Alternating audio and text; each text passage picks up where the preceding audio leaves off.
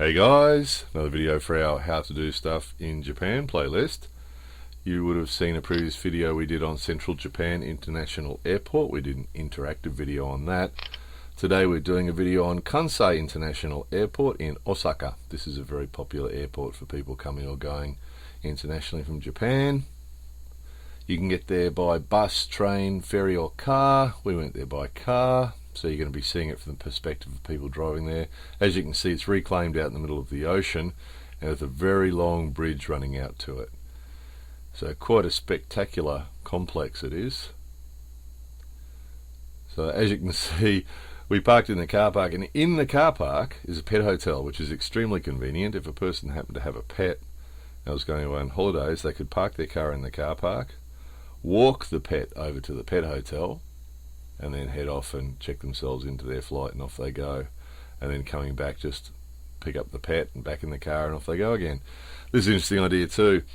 Of course, a huge car park, we have to remember what floor we're on, so they put the bugs there to help you remember. So we parked on Lady Beetle floor, helps us remember which floor it was. If you do happen to use a car, write it all down, because it's a huge car park, and if you're going away for a couple of weeks and you come back and can't find the car, it's going to be a big hassle, because it's a massive car park. So worth writing it down. And then this is the entry from the car park through this sort of promenade area and then into the main complex. Pretty standard airport. It doesn't really need a how-to video, this airport. It's pretty well laid out. It was an award winner from memory. They won some awards for this one. It's pretty well laid out, quite a spectacular complex with English-friendly signs all over the place. So fairly standard airport, really. Departures, arrivals, and big halls and so on. So there's a couple little things that are different. We think with these sorts of videos, at least if somebody has seen the airport when they arrive here, it's going to make it a little more relaxing for them if they've already seen it. That's our thinking. Oh, just as a byline, have a look at this. The elevator is totally... all the workings are out in the open, so you can see exactly what's going on with the elevator. Isn't that interesting? Or disconcerting, one or the other. Geez, that seems like a thin cable. Yeah, quite an interesting building to be in, and particularly when we have to, international flights, we have to check in so much earlier now. You've got a couple of hours to kill. It's an interesting place to spend a couple of hours. You'll see these big menu boards showing you where everything is, interactive boards, so that you can search for places or just have a bit of a wander through it, see what's there. There's a couple of food courts, good variety of food. A few interesting places. There's a sky deck and so on, so you can go outside and watch the aeroplanes if you want to. Again, English friendly, so that's all good.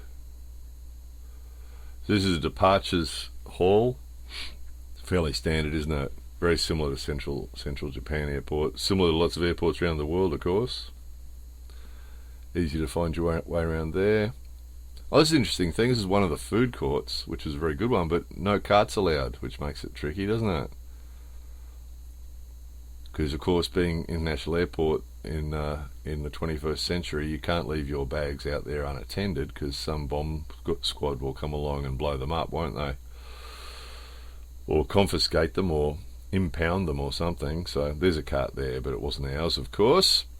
So yeah, here's an example of the signs. Lots of signs telling you where everything is. It's a pretty easy place to find your way around. Nothing too scary here.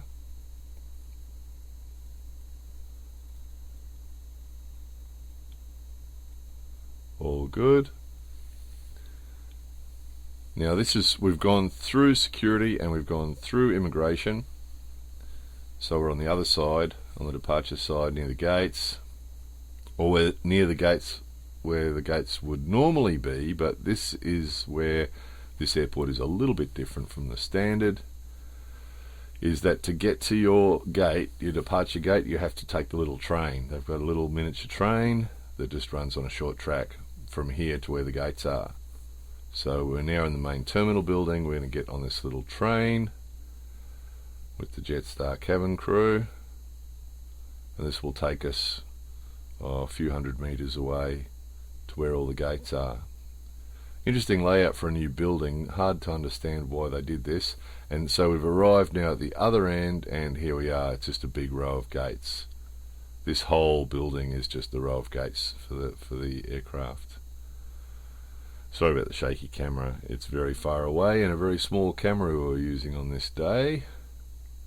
So yeah, not much here. A couple of cafes and a lot of seats and a lot of gates, and that's about it. A little bit of walking involved there if you happen to be up one end or the other. As you can see, it's a little bit far, but nothing terribly dramatic.